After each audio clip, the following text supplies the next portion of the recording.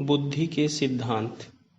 कुछ मनोवैज्ञानिकों ने बुद्धि के स्वरूप के संबंधित विभिन्न सिद्धांतों या उपागमों का प्रतिपादन किया है, जिनमें बुद्धि अनेक प्रकार के महत्वपूर्ण होती हैं। बुद्धि के सिद्धांत में पहला है एक कारक सिद्धांत, दूसरा है द्विकारक सिद्धांत, तीसरा है बहुकारक सिद्धांत और चौथा है प्रतिदर्श सिद्धांत।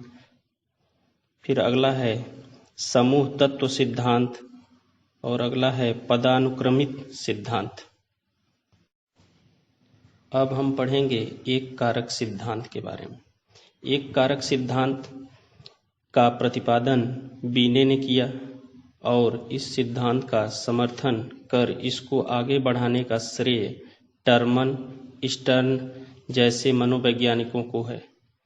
इन मनोवैज्ञानिकों का मत है कि बुद्धि एक अविभाज्य इकाई है। स्पष्ट है कि इस सिद्धांत के अनुसार बुद्धि को एक शक्ति या कारक के रूप में माना गया है।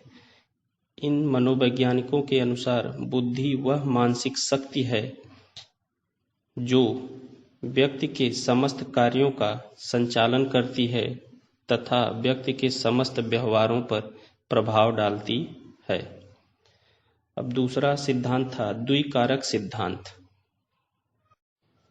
द्विकारक सिद्धांत के प्रतिपादक स्पीयरमैन हैं। उनके अनुसार बुद्धि में दो कारक हैं अथवा सभी प्रकार के मानसिक कार्यों में दो प्रकार की मानसिक योग्यताओं की आवश्यकता होती है। प्रथम, सामान्य मानसिक योग्यता।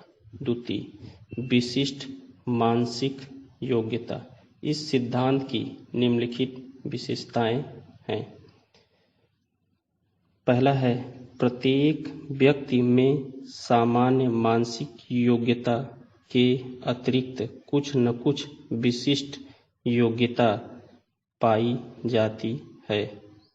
फिर अगली पॉइंट है एक व्यक्ति जितने ही क्षेत्रों अथवा विषयों में कुशल होता है उसमें उतनी ही विशिष्ट योग्यताएं पाई जाती हैं। फिर अगली पॉइंट है यदि एक व्यक्ति में एक से अधिक